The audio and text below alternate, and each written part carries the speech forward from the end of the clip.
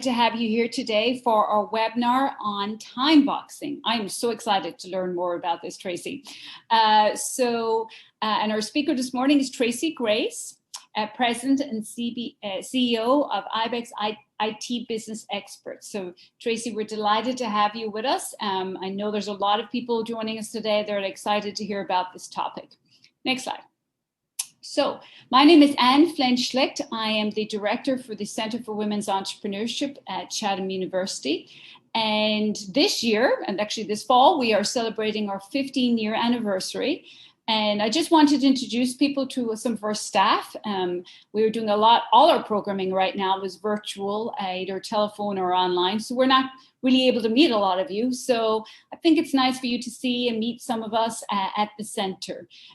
So Kate Booker is our program manager and business advisor. Michelle Price is our community and engagement coordinator and manages our membership program. Mitra, who's online with us this morning, is our program coordinator and IT expert and queen and helps us with all these events. And then we have two graduate students working with us this fall as well, Azine and Jenna. And as I mentioned, we are celebrating 15 years of supporting women business owners in Western PA. We've really expanded our services over the last 15 years. We provide free business counseling, networking, mentoring, training programs like our webinar this morning. And we also have a prototype and design lab to help artistic and craft entrepreneurs. So all of this programming and services we offer would not be available without the support of our sponsors. Our center is partially funded through a cooperative agreement with the Small Business Administration. We are also supported through support from many different foundations: the Claude Worthington Bennington Foundation, BNY Mellon Foundation, the Hillman Family Foundation, the Pittsburgh Foundation, PNC Foundation, and the Kent Rockwell Foundation. We are also supported by a number of different corporate sponsors. Our diamond sponsors are PNC Bank and UPMC Health Plan. Gold sponsors, Bridgeway Capital. Bronze, silver sponsors, Dollar Bank, Mussolini Financial Group, the URA, and then we have Marion Vick and Scott. Then we have a number of bronze sponsors: Enterprise Bank, Herbine & Company, Starkist, and WBE Collective. And the WBE Collective is very interesting.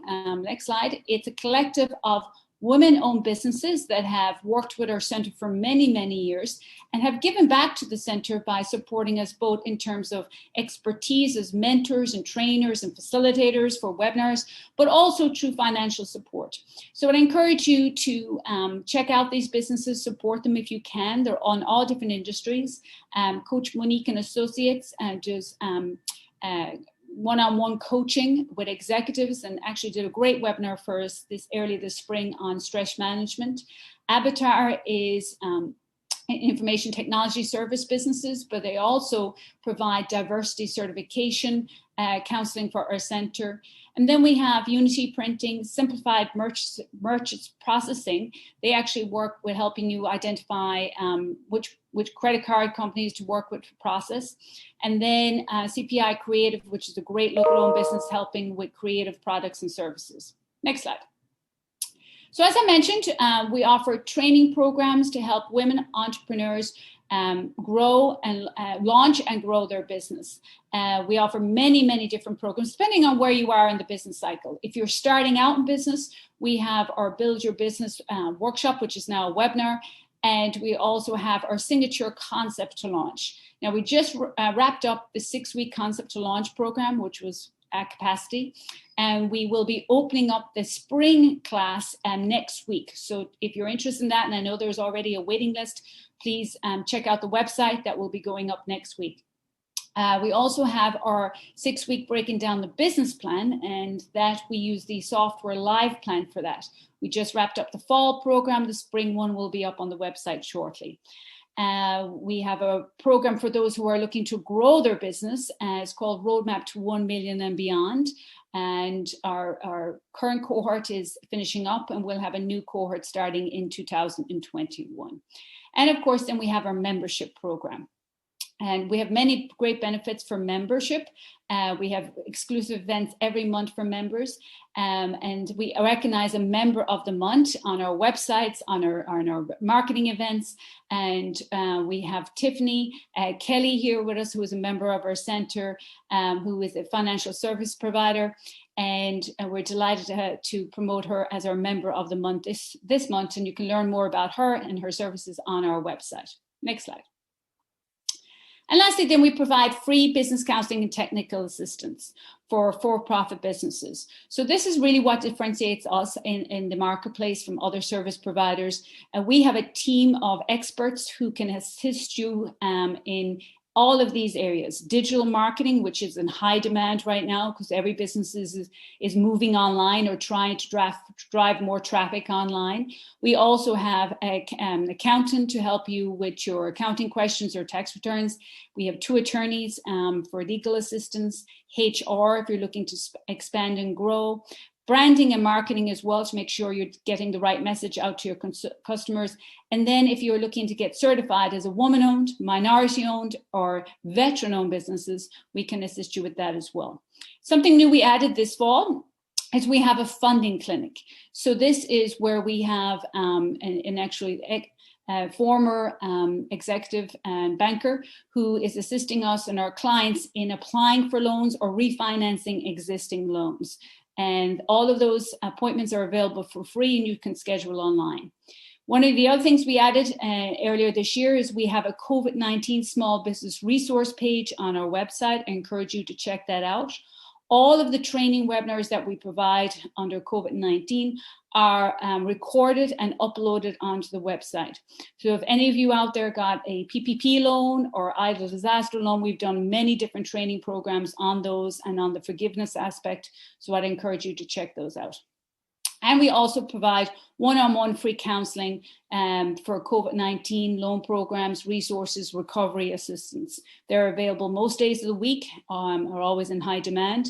Right now, we're working on clients in helping them to fill out their PPP loan forgiveness applications.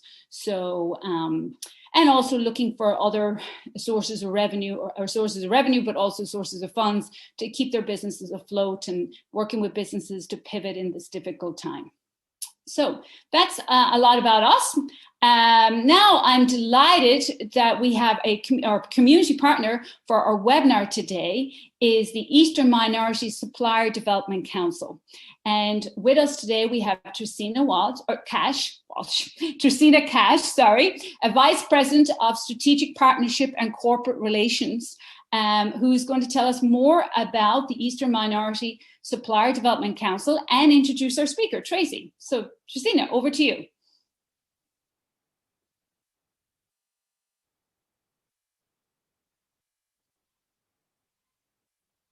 There you go, Tresina. We need to unmute you, Tresina.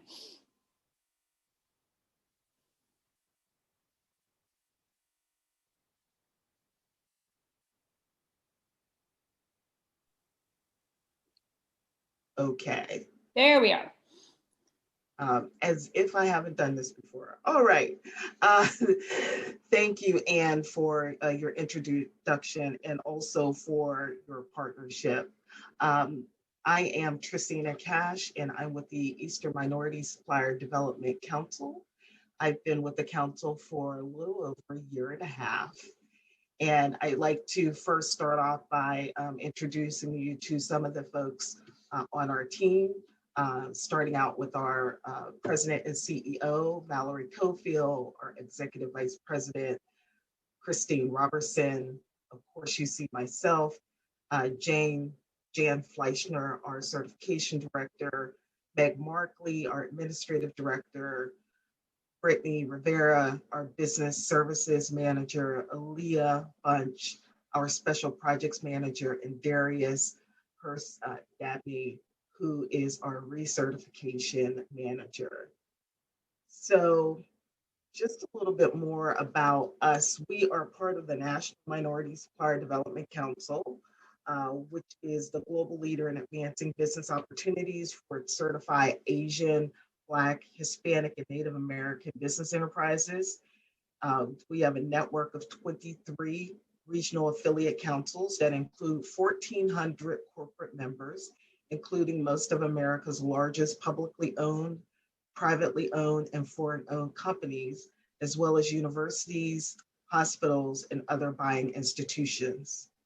The regional councils certify and match more than 12,000 minority-owned businesses with member corporations, institutions, and organizations that are interested in purchasing their products, their services, and their solutions.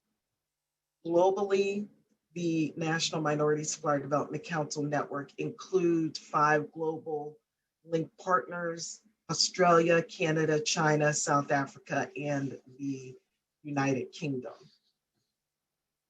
The Eastern Minority Supplier Development Council specifically is really committed to advancing business opportunities by certifying and connecting minority business enterprises to corporations and buying entities. And we achieve our mission by supporting and facilitating MBE integration into corporate and public sector supply chains, building MBE capabilities through our programs and other education offerings, and facilitating B2B partnerships.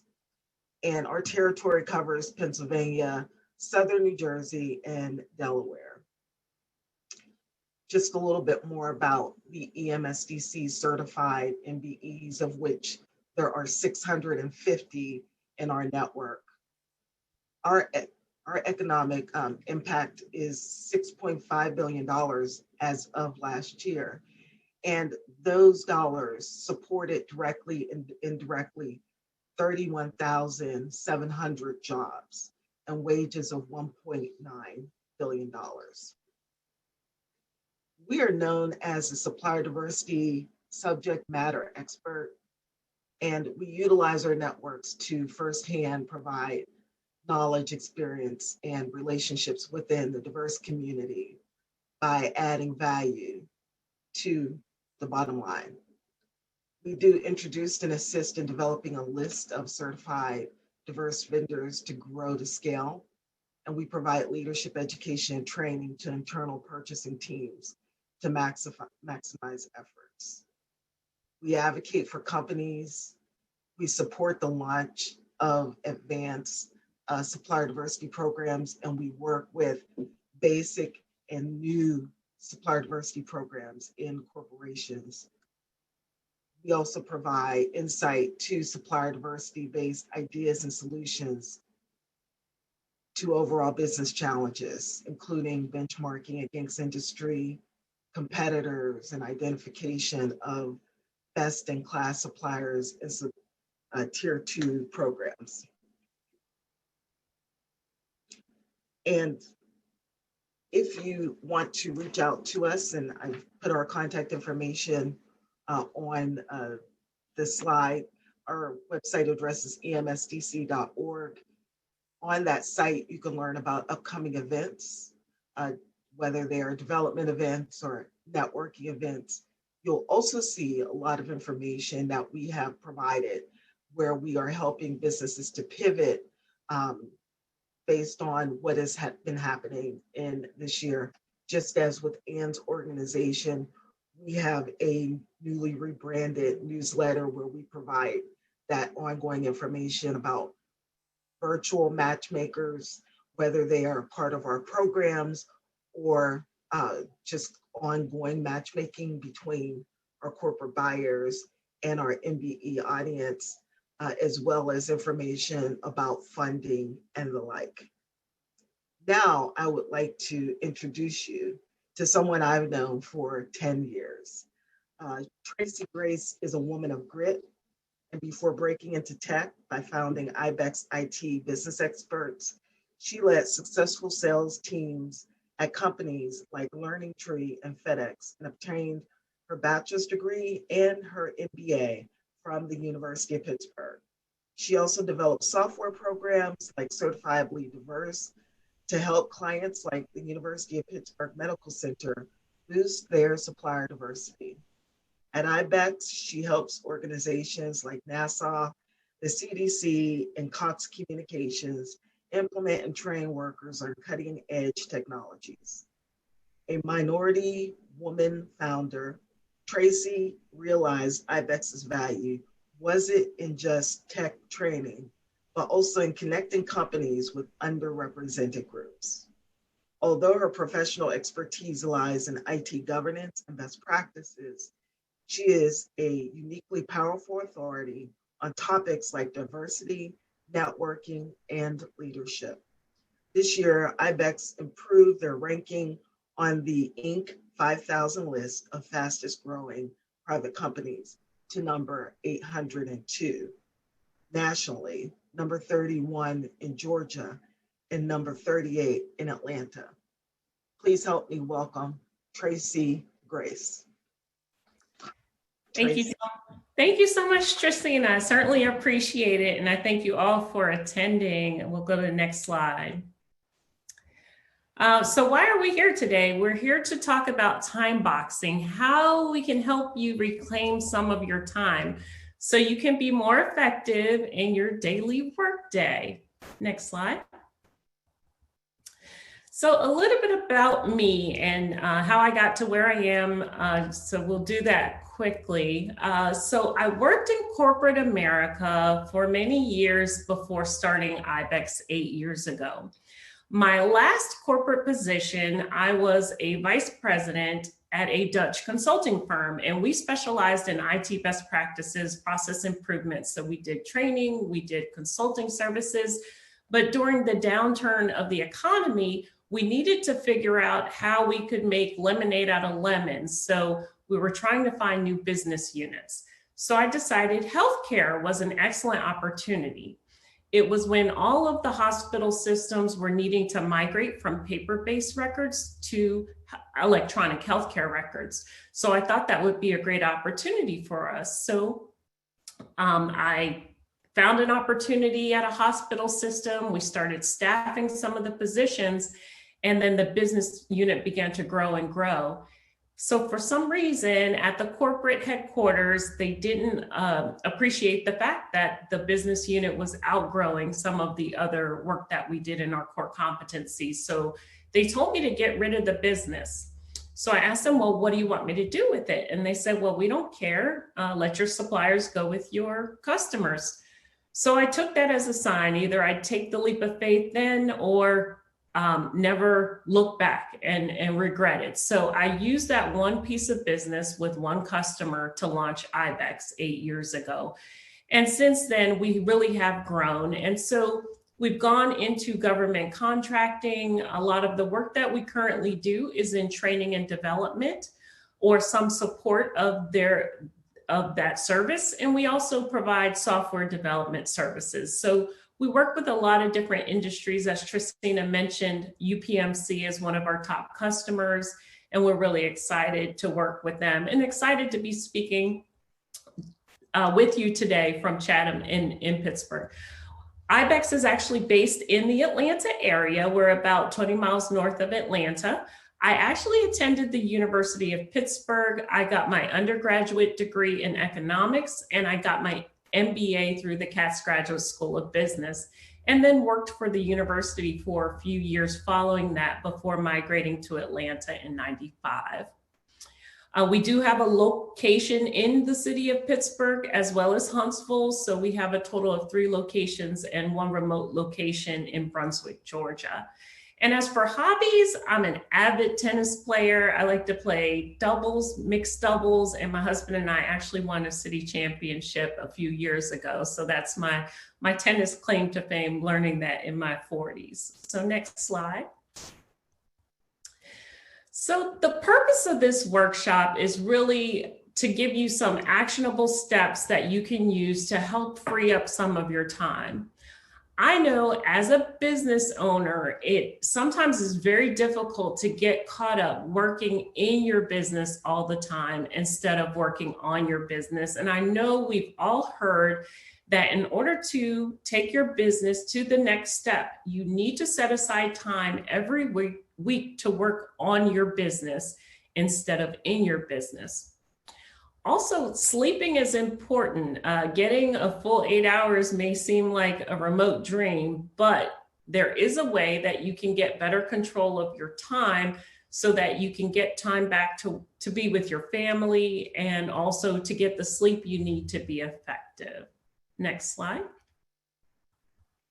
So we've already done welcome introductions and you know why we're here today. So then we'll cover a little bit about what's in it for you, what's in it for me, how Timeboxing works. And my goal is to actually work with you to compare a couple of weeks on your calendar as they currently are versus how they could look, and see whether or not Timeboxing can be a strategy that you can effectively use to help free you up. Next slide. So as you're thinking, okay, my to-do list often piles up. So how do I just use the same to-do list, checking off things off my list, and I'm still not as effective as I possibly can? What brought me into Timeboxing was something that happened last year. So we had a huge CDC, Centers for Disease Control presentation that was coming up. We had a few weeks notice, so we were preparing. But then all of a sudden we had a huge opportunity to respond to a big RFP. And so we were all heads down working on the presentation and working on the proposal. Well, all of a sudden, 2 of our major team members got sick and they were no longer available to work on the presentation or the proposal. And then a week before the big week that we were about to have, we got contacted by another division in the CDC, and they also wanted us to do a presentation. So needless to say, although I pride myself in setting aside time to work on the business instead of just in the business, I really had to take off and put on my big girl pants and get ready to dig in and help the team meet our goals. So how would I do this? So I went into action and I really used Timeboxing in order to segment my time and make sure I could accomplish all of my goals. And you'll see a little bit later how. Next slide. Okay, reclaim your time. So this is my mantra going into 2022. Being that we all, or most people are working remotely due to COVID. And so everyone thought, okay, working from home, you have a lot more flexibility. You go put stuff in the wash and come back upstairs, take a conference call. I don't know about you, but I'm having more challenge stepping away from my computer than I did when I was working in the office. So I feel like I'm tied to it most often in most days. And I don't know if you heard the one Congresswoman Maxine Waters, when she was presenting to Congress one day and someone kept interrupting her. And all she kept saying is, I want to reclaim my time. I will reclaim my time. So anytime I think about my time management, I hear in my head, I'm going to reclaim my time. Next slide. So Timeboxing, we're going to talk a little bit about what it is and how you can implement it into your weekly routine. Next slide.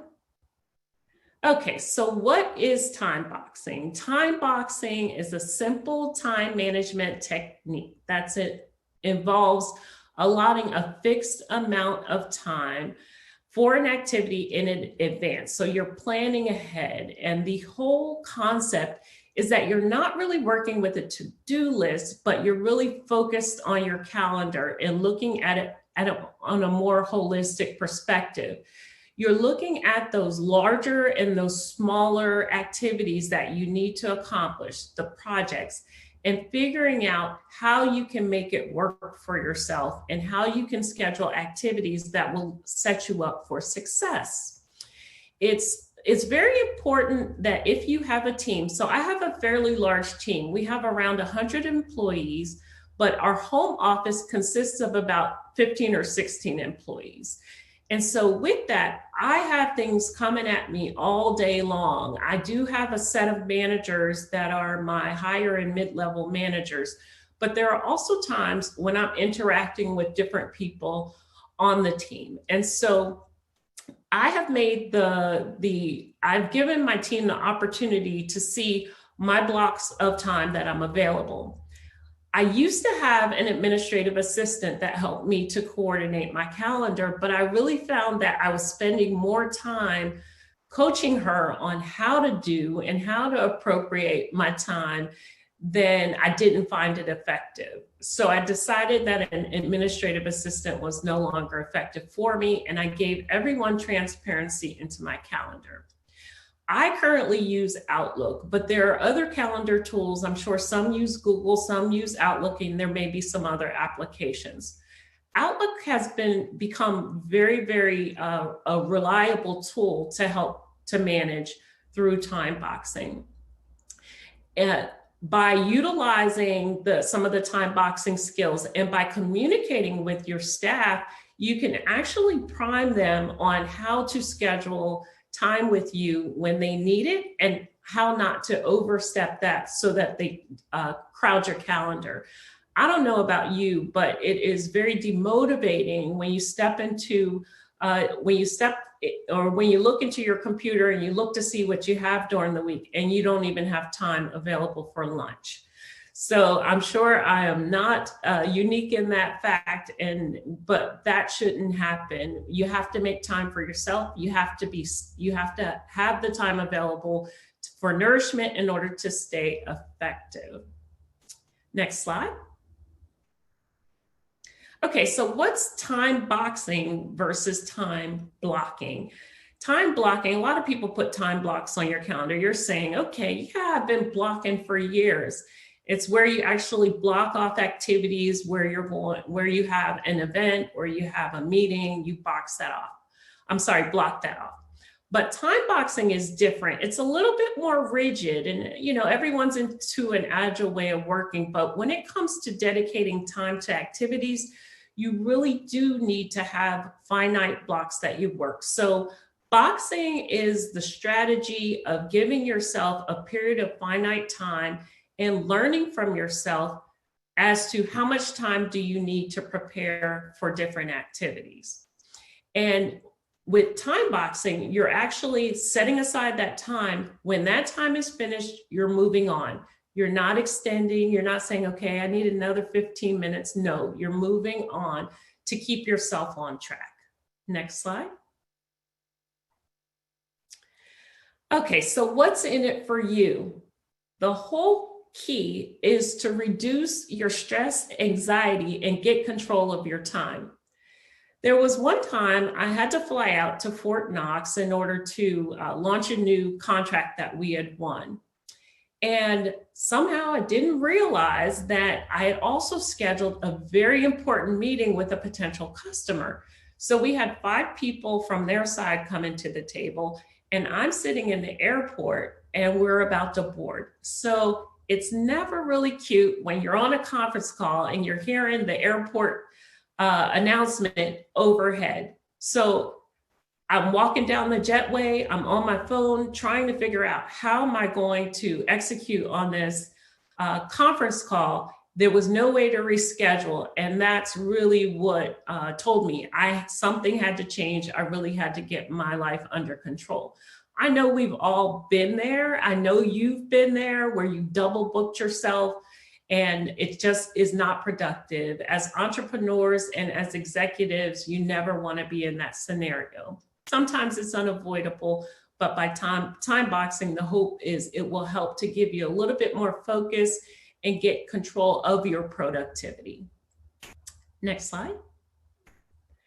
So we have soft time box and we have hard time box. So a soft time box is considered where you have a larger project that needs to be broken down into subtasks. So your subtasks would then be considered where you need to enter into more of your hard time boxing. Personally, I use a lot more of the micro hard time boxing for my schedule. For soft time boxing or for projects, I actually use a application called Trello, and I'll show you, the spelling will be in a few slides after we do some actual work. So I have a few applications that I can show you that can be useful for you if you want to really delve into time boxing. So the hard time box is where you have a specific time that you've accounted for doing an activity. It may be pre, it may be post, or it may be the activity. But then once that task is done, you shift focus to something completely different. Next slide. Okay, so I'm going to tell you how to time box. It's relatively simple. It just takes a little practice to really hone into the amount of time that you need. And we're going to actually look at my calendar so I can show you some of how I do it. And then we're going to flip to your calendars so that you guys can actually look forward a couple of weeks and do a little time boxing. So you have something actionable when we get off of this session. So first, you look at a meeting that may be on your calendar. So say, for instance, on Friday, I have a marketing meeting with the new marketing company that we launched with. And so we're still in a lot of the mode where they're gathering information, we're getting things ready, they're requesting a lot of information from us. So I'm working along with our marketing person to make sure we get them everything they need. Well, before the call on Friday, I actually need to get with Maggie and we need to analyze what some of the previous marketing looked like from our social media and what some of our analytics were from our ads. So we schedule a pre-call for the actual meeting. And when I first started time boxing, I made sure that I boxed 2 or 3 days in advance. That way, if something happened, something slipped, then I still had some recovery time before the meeting. As you get more used to time boxing, you'll notice that you're able to do a lot of the pre-work time a little closer to the meeting time. Sometimes an hour before, you can block off that time and still be prepared. It depends on your comfort level with it. Then you schedule post time. That gives you an opportunity to take a look at your notes, any decisions that were made during the meeting, and actually do follow-up. So how many of us push follow-up off? We know we have on a notepad all the things we need to do, but we push it off to next week and we may get around to it. The follow-up meeting comes and then we're trying to recall. Time boxing is an effort to make sure it is actionable. The meetings that you have just sat through get acted upon. You want to make sure that follow-up is while you're fresh. So if you have already scheduled your pre-time, the meeting, and then your post-time, you're sure to follow up on those actions. They get off of your plate, and then you're ready to bring on more in your timing. Just remember, each time box must have a definite start and a definite end. It may be a 15-minute time frame, it may be in half an hour, or it may be an hour. But one of the keys is to turn off your phone or mute it or silence it, whatever is most effective for you. If that sounds tough, I understand. We use Microsoft Teams, so I have people pinging me all day. Hey, Tracy, so we actually put in place Teams rules. So the only thing that we use for Teams are things that are not urgent and things that need quick answers. If anything requires follow-up, an email needs to be sent. So once again, we actually train our staff and our team on how to use the technology and the tools. Digital is great, but if it's not used in an effective manner, it could definitely be harmful. So it's good to set the stage and set the requirements along with your team so they know what the expectations are with how you work. And don't forget about your personal stuff. You have to make time for your family. I actually box in activities with my family. So if I have a date night with my husband, I'm going to box that in. If I need to go to the hairdresser before that, I'm going to box that in too, because it's very important for me. I'm busy all the time that I block out that time for myself and also take time for myself and my family so they don't boot me. So next slide. Okay, here's a more generic time boxing example. Mine is a little bit more specific. In the next slide, I'll show you my actual calendar and how it looks, because I do very specific activities relating to what I have.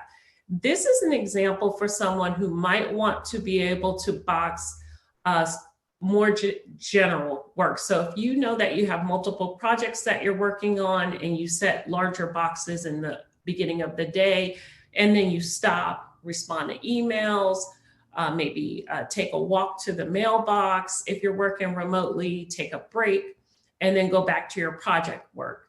And then you see you can adjust what you're doing. But for the most part, the focus is client work for the first half of the week, marketing and administrative work. Next slide. So here is my calendar. It may be a little difficult to read, but I will point you to Monday the 14th. If you look down at 3:30 p.m., we have the pre-DOT kickoff meeting and enterprise-wide training IDIQ kickoff. So before those two events happened, I actually had pre-meetings scheduled in order to make sure the meeting prep happened at 1 o'clock for the DLA meeting. And then following that, we'll have a post meeting scheduled in order to follow up. And so then if you look on the 15th, Tuesday at, it's kind of hard to read, but 9 a.m., you see prep for one-on-ones for the Business Opportunity Expo. And then the actual meetings for the Business Opportunity Expo came at 1 o'clock.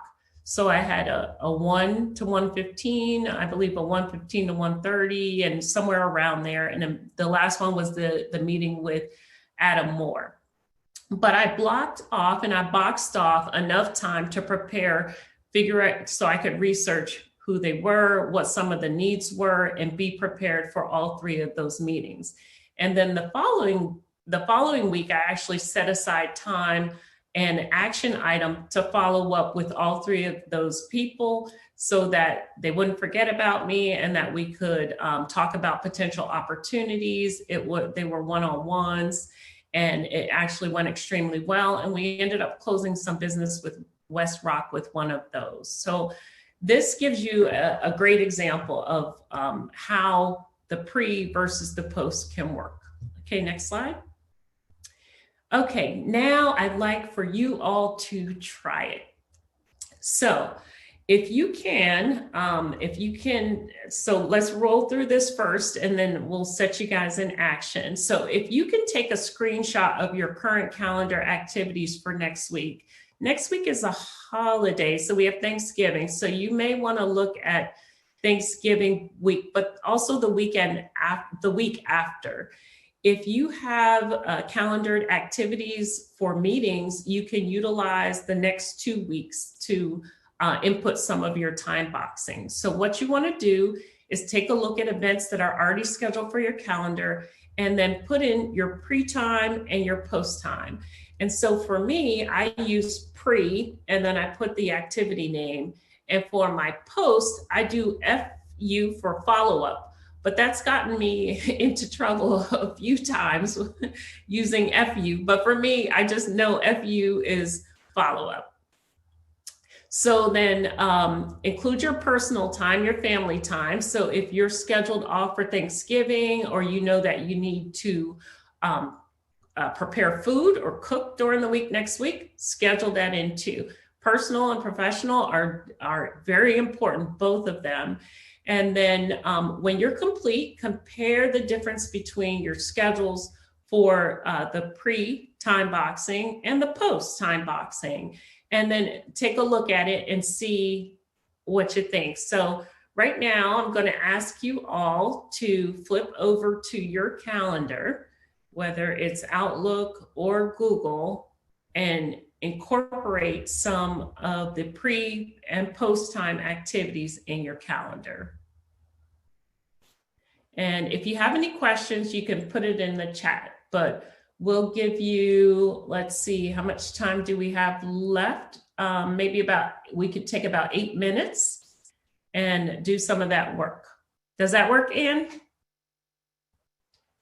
Yeah, that's good. I think 5 minutes, if people want to Okay. have a quick look, maybe 5 minutes, and maybe as they're doing that and looking at their schedule, you're right. Next week is a shorter week because we have the Thanksgiving holiday and a lot of people have Friday off.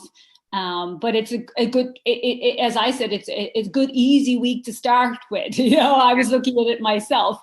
So it's a good, easy week to start with. As people are practicing and looking at stuff, would you mind if I asked a question? Sure, feel free.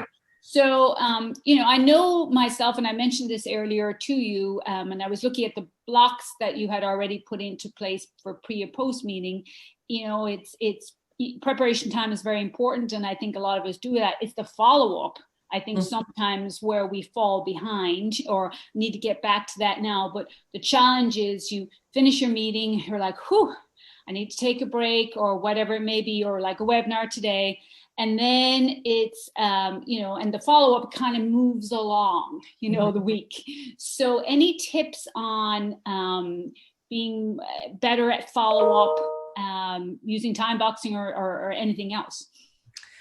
Yeah, so the most important thing for meeting follow-up is to understand, I guess, how long it's going to take you for that follow-up and if others are involved. I'm a huge advocate as a business owner of getting others involved for follow-up tasks and broadening it out from just myself. But that also goes into who you're also inviting to attend the meetings with you. So I think a big part of that is also delegation. So if you're a solopreneur, it's going to be a little different because the onus does fall on you for that.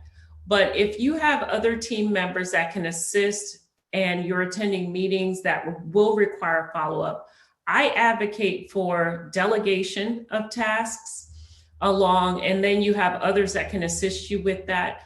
But it's really appropriating the appropriate amount of follow-up time to follow up on what the activity is. Sometimes you will have scope creep on that. But for the most part, once you start Timeboxing, you may schedule a half an hour for follow-up, but as you're following up, you're emailing or you're requesting data or information, whatever that action item is, you may say, half an hour didn't do it. I encourage you not to tack on more time there. Keep moving on to what your pre-prescribed schedule looks like and schedule some more time another day. You'll be a lot more effective.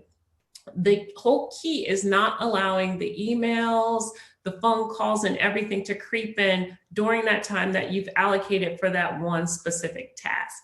If you can really stay focused and tuned in to getting that task done, and once it's done, moving on, you'll find that that's where you'll be more effective. Definitely the focus on the follow-up and then moving on, and delegation too. Very good. Very good. All right, we'll give it another 2 minutes and then we'll revert back to the presentation. And as we're doing that, I'll just, there is a question in our chat, so I'll relay it now to you. So we have someone here who says, I find it hard shifting modes when working, and heard of clock timers and singles with color lights and flashing lights. I think would help me mentally prepare for shifts. Do you know any other tricks or apps you mentioned? I do. As soon as we move on to the next few slides, there's actually 3 or 4 really good apps that I will, that you'll see that I will definitely encourage you to explore. A lot of them they make them free for your initial usage, so you can try them out. For me, I really enjoy utilizing Trello for the project management piece. And you can integrate that with another app called Clockify. So we'll review that in a couple of moments. But yeah, there are plenty of apps out there that can help you to stay focused. There's also apps on your phone where you can silence them for specific periods of time. Especially if you're focused, you need to focus for that hour and then be able to move on. You can silence your phone, or and then also you can put up a flag on your computer to show that you're busy and you're working and you're out of pocket for a specific period of time until you're done. I definitely encourage you to utilize that. And the more you stick to your guns, the less your team will interrupt you. They'll see that you're serious about your time. But anytime someone says, oh, I see you're blocked for lunch, my block for lunch just came up, right? Because I blocked for lunch. And even if I don't spend a whole hour eating, I may take a walk just so I'm not sitting in my seat for a complete 8 hours. It happens often. Yes, I have a colleague who does that, you know, and because she's on TM all the time, you know, with her staff and remotely all over the US, and she, you know, put up a block for lunch, and then she said she got all these messages, what are you having for lunch? And she was like, let me alone. I thought it was funny. That's funny. Yeah. So yeah. Anyway, all right, we'll move back because I know we have a lot of questions coming up regarding what you're going to talk about next. Yes. So well, let's move to next slide, is it? Next slide, yes. Okay, so these are two Timeboxing apps combined together. They can help those who are interested in having a tool to help them understand what the beginning and the end look like. As I mentioned, I use more of Outlook myself, but I also do utilize Trello for project management tools. And as you can see with Timeboxing, you can move things through the process. So those things that are on hold, what you have to do this week, what you do today, what to do right now, and those that are done. I would say that done column is just as important as the to-dos, because sometimes it feels like we're just treading water and can't make it over to the done side. So once you can mark something significant off, those quick wins are super important. So a combination of those, as I mentioned, Clockify, that application is integratable into Trello. So if you're doing a task, it can help you to utilize the timing feature there. Okay, next slide. Now I'll say that these are three applications that I know are utilized. I do not personally utilize them as I do the others, but the Timebox Timer, the Do Now, and Pomotodo are also three applications. And I know the Pomotodo has a free version to try out. So I recommend, each application is different, and some may be useful for you, some may not be. For me, I'm really good at beginning and ending, so the timing portion is not a problem for me. What's more important is being able to look at my calendar and making sure people don't overbook me during those time periods. But we'll be, I think, circulating the slide deck following. So if you didn't have an opportunity to write down any of the names of the applications, don't worry, you can get that information. We can also put it in the chat so you can check them out and see if they work for you. But use it's not a one size fits all for sure. Next slide. And also, Tracy, I would like to mention, I'll make sure to add all these names and if they have a link on the follow-up email to everyone. Okay, wonderful. Thank you. Now, I will say, and this is the same thing that I tell people about best practices, and as you're learning new things, it's not one size fits all. Figure out what works for you and how much or how little you need to do in order to make yourself more effective. Take the pieces of what you learned today and apply it.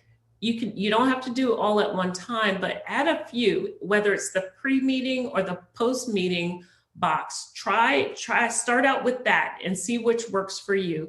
And then you'll start to see that your follow-up becomes a little bit more effective. If you can tune yourself in and stick to that rigidness just a bit, you'll start seeing some improvement there. So I thought this was appropriate. William Penn, since Pennsylvania is kicking butt. Time is what we want most, but what we used worse. That's his quote. Next slide. So reclaim your time. You got this. And if anyone would like our contact information, my contact information, as I mentioned, at IBEX, we provide training as well as consulting services for many organizations, including healthcare and others. So I'll be happy to provide my information in the chat, and feel free to connect with me directly if you'd like. And thank you so much for the opportunity. Very welcome, Tracy. Thank you. So we have some questions in the chat feature. So I'm going to go through those as well. Okay. Okay, so we had someone who mentioned one of the apps that you brought up there, Pomotodo method. I think it's 25-minute blocks. And I think with all of these is kind of testing to see which one works for you. You kind of get to figure out what you're good at and what you need help with, as you mentioned, you know. So what do you recommend doing if you're time boxed the week? So you've set your schedule up for the week, and then something unexpected comes up and requires a few hours. And I know a lot of businesses have employees working remotely now, and sadly some may become sick and could be out for 2 weeks or have to quarantine. So should you always block flex time, or would you move things around? So I recommend boxing flex time because there's always going to be something that comes up in the course of a day. So I actually will block off if I feel like I need a little flex time, because it's never going to be perfect. It's never all going to work out as we expect it. But if you box off some flex time, and you can actually call it flex, and then you can move things around if you need to. And I do that quite frequently, and I find that very helpful. But yeah, I would build in some flex time. And then if everything goes as planned, you can either use that to take a walk, or you can use that to get something else done that was unexpected. Wonderful, wonderful. And as Tracy mentioned earlier on, she's in sunny Atlanta. We are in freezing cold, snowing today at Pittsburgh. So our walk might be indoors, up and down the stairs. I didn't think about that part, right? Yes, that might be our flex time today, Tracy, here. So unless we layer up, we're bracing ourselves for this cold winter coming ahead. Okay, one other question. How would you include time for troubleshooting issues or truly urgent requests? For example, I had some static project work and some help desk type work as well. Okay, so I'd say it's going to be a little different depending on what your job role is. So if you know that you always have urgent work, the time boxing is going to be a little more difficult. Maybe try boxing during those time periods that aren't the urgent and essential. If you start work early, maybe box during the 9 o'clock hour. If you know that you have a period of time where you tend to get those urgent requests, leave that available. You can also try and train those depending on how big and how many people are actually responding to you for urgent requests. Give them your time frame. So if you box, say if you time box from 1 o'clock to 4 o'clock, that's your key time for responding to urgent requests, which is anti-urgent, right? But if you can prime the team that you're supporting, what hours you are setting aside specifically for those types of requests, sometimes it's a matter of changing their perception of what's urgent for them versus what's urgent for you, because you still have to prioritize. So maybe 2 time boxes, one in the morning and one in the afternoon, to respond to those types of requests, and then communicating with those that you work with what hours those are on a daily basis, and then work around those hours. I muted myself. Oh, all right. So I think we have 2 last questions here, and they kind of correlate. So, and again, it's to do with remote employees right now. So could you go over your rules for your team or customers, or any advice any advice to remote workers with toddlers as well? Or we all our kids, a lot of our schools in the Pittsburgh School District just announced here that our schooling will be all virtual for the rest of the term. So, and it may be in the spring. So I know that is a big challenge, you know, whether you have a partner in the home with you, or kids in the home with you, or, you know, is trying to manage all of that. Mm-hmm. That's a great question. So we've been remote since March, early March, and have not gone back into the office every now and again for various things. But we've had a lot of issues. We do a lot of client calls, and we have employees who are at home with toddlers and barking dogs. I found to also be, you know, I like dogs just as much as anyone else, but it can be an issue if you don't have a large enough space. There's an application that one of our employees found that you can install on your computer that helps to mute the sound behind the scenes. And I can't remember the name of it off the top of my head, but two of our employees that I won't say that have the most noise in the background, I'll say, have implemented them. It has really changed tremendously the amount of noise in the background. Then I guess, so that's one factor. The noise in the background is a major factor doing business. But then the other thing is, what do you do about trying to manage the fact that people are remotely working from home and having to take care of other young children? So I'm not in that circumstance. My son's in college, but the thing I will tell you is, as a business owner, I've given my staff a lot of flexibility. I know that working remotely, there's going to be various challenges. And before we started working fully remote, I gave them the ability to work from home every Friday. So we already had a cadence and a way of working. It wasn't completely foreign to us. So we already knew some of how this would all work. With young children, it makes it a little more difficult. I would say that you give your staff the freedom to be able to execute on their schedule as they can. Depending on your business, that may or may not work. But if they have the ability to work earlier mornings or later evenings to make up for time where they're going to have to be caregivers, if you give them that flexibility and you provide with a list of expectations of what type of work product you're expecting to get back, and they're producing for you, then for me, it's a complete non-issue. I really put a lot of onus on the employee to figure that out themselves and report back to me how they're going to make it work for them. And if deadlines are missed, then you know that something needs to occur. But if people are meeting their deadlines and you're giving them the ability to work in a flexible way, I would say you're leading your team as you need to be, and people will appreciate it and they'll stick in there with you, because to a lot of people, flexibility means more than anything. I had one new employee that just came on. We hired a new developer to develop a software system we're creating.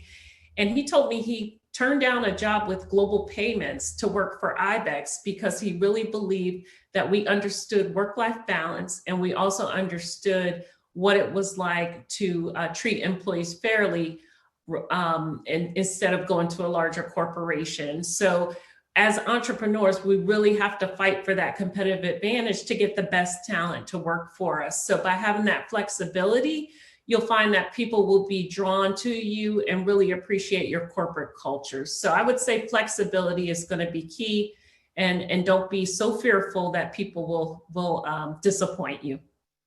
Wonderful. Thank you. Thank you, Tracy, for all the great tips today. I'll be all evening downloading all these apps. I'll be boxing out time just to download apps, but because I am the queen of to-do lists. So I am excited about looking all of these up and taking the tips that you said for the next 2 weeks schedule, and looking at scheduling some time, like you said, pre and post as well. All right, well, someone did ask if we are recording this. Yes, it is recorded. You will get a link to the recording and also a PDF of the presentation. We'll also send them those links as well to the apps that Tracy mentioned in the follow-up. We'll also be sending you a short link to an evaluation, and we'd appreciate it if you would fill out the evaluation. That's important for our reporting, but also for our funding. Okay, so we're slightly over, but just to tell you about some upcoming events that we have going on. Tracy is so kind. She's going to come back to us again after Thanksgiving, and will be back with us on December 1st. And you heard a bit about her business today. and she works with a lot of federal agencies. But as businesses go more remote and working with organizations, cybersecurity is becoming more and more important.